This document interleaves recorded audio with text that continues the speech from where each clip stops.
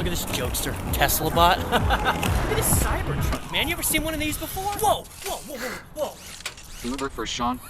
Yeah, I'm Sean. What's up, man? Good. If you do that again, you're gonna get hurt. May I take your luggage? No, I'm okay. Okay, thank you. I said no. Hey, man, I got some valuables in there. Can you just be careful? Yeah, man. No problem. Oh, dude, come on, man. What are you doing? Why are you Uber driving? Electricity costs are high. Electricity costs are high. Okay. Let's go. I like that video because the Tesla bot seems to have a personality. It begs the question, should Tesla bot owners in the future be allowed to kind of direct the personality that their Tesla bot takes? Do you think it should be random? I mean, these robots are going to be highly communicative, so these kinds of possibilities and questions are worth asking. In other news, Tesla no longer lists auto steer on city streets as a coming soon feature. This has been 4 years in the making. It used to be that you had to have a high safety score as a Tesla driver to get FSD beta, but now anybody can buy FSD beta, download it immediately onto their car, and have the car start driving itself. This indicates that Tesla is getting very confident in their FSD capabilities. Look at this footage here. Just on software alone, Tesla was able to upgrade the visual quality of their Hardware 3 cameras. I don't even understand how that works, how you can use software to make hardware improve better. I mean, they are squeezing out everything they can get out of what they invested into Hardware 3, and that is truly amazing. And now we have Hardware 4, and just look at how much more crisp, detailed that is. Wow, and at nighttime, that's a huge problem for FSD. For it to be able to work at night is integral, as that's when a lot of ride-hailing rides take place. But look at the difference. I mean, that is awesome. And actually, just recently, Hardware 4 got FSD beta. We thought it was going to take 6 months, but it just came out right away. I mean, the glare on the signs in Hardware 3 is much less than the glare at nighttime for Hardware 4. Look at that. But the big thing to note with this upgrade is the pixels. Notice how there are twice as many pixels in Hardware 4 than Hardware 3. This is important because a neural network is fed every pixel in an image.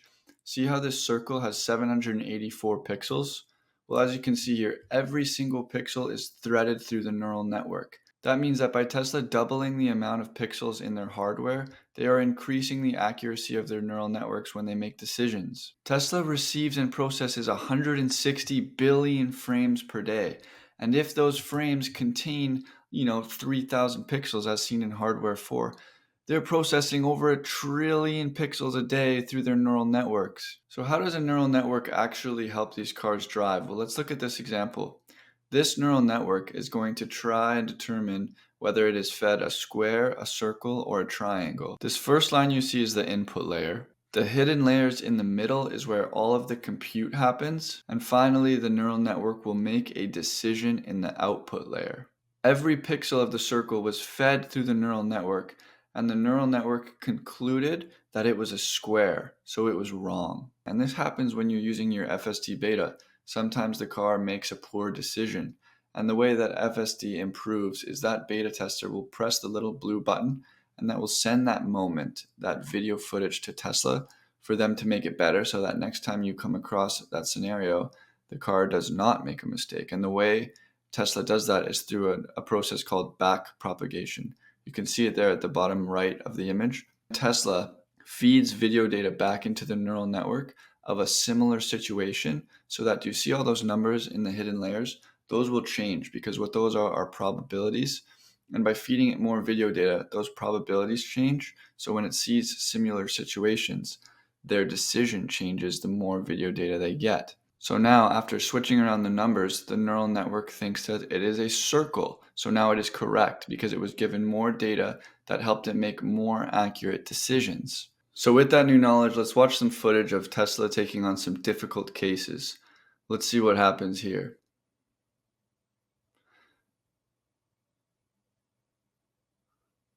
Wow.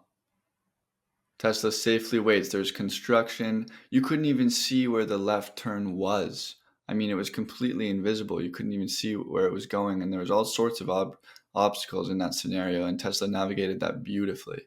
Okay, let's see what happens here. I mean, I'm even having a hard time seeing what's going on. So it's a good thing that Tesla is upgrading their cameras because you need to be able to see everything. I mean, look at this. There's not even a lane there. Tesla is driving over the yellow line because it's a detour. I mean, that's not how things normally go. If this just popped up in the middle of the night for a Waymar or a Cruise, they would be lost. They would have no idea what to do in that situation. This is why AGI is so important and why LiDAR is useless on a car. Things change. Unbelievable amount of variables. Okay, wow. So you have a reckless driver and Tesla doesn't even hesitate, doesn't even slam the brakes, just confidently knew that that other driver was going to adjust. And sometimes that won't happen, but I mean, that looked like it was going to be a head-on collision and Tesla didn't even bat a sweat. That is remarkable. Wow, look at the amount of pedestrians. And if you look at the screen, they're all showing up there. You have a guy standing in the middle of the road. You couldn't even see that guy past the other car. Wow. Maybe the Tesla picked up on the fact that that car on the left was slowing down for something, and so then Tesla slowed down. But you couldn't even see that guy, and Tesla knew to stop. I mean, these are as hard of a situation as you can give Tesla FSD, and it's just effortlessly navigating them. This is very impressive. Oh my goodness. So many so many jaywalkers. This is Times Square. I mean, this is what Tesla's going to have to do. They're going to have to ride hail in extremely busy places and watch Tesla just navigate right through. You got bikers, you got pedestrians, you got, I mean, all sorts of obstructions of view. Wow, that was an interesting situation. That biker's like, "What are you doing, man?" It's so funny watching the steering wheel just being jarred in every direction. And I mean, and after watching what we learned about neural nets just now, you can imagine how much compute is going on. Every millisecond, millions of probabilities are being calculated and decisions are being made. I mean, and that's what goes on in our brain when we drive. We just can do it so effortlessly. But I mean, it's going to get to that point with Tesla, the more compute and the more training that they get. It's extremely exciting. Wow. I mean, people don't know about this. It blows my mind. Tesla just under the radar training the most influential software of all time. People walking around have no idea this car can drive itself. People are like, "Oh, FSD autopilot is just like for highways." No, you can drive through Times Square with it. And you can just download it on your thing right now. It doesn't matter who you are. It's that shows incredible confidence by Tesla. Incredible confidence that just anybody can download this software and operate it. Crazy liability that they're taking on. Crazy. But hey, high risk, high reward. They saw that simulation data is not going to get them there. You can't process every city in HD and keep it up to date. It's wildly expensive when cities are changing, construction zones are happening. They saw that this was the way and they're taking on the liability, but it's going to pay off immensely. That footage was brought to us by Tesla Shill. He is a big friend of the channel. He posts lots of his drives on Twitter, and I think he's absolutely worth a follow.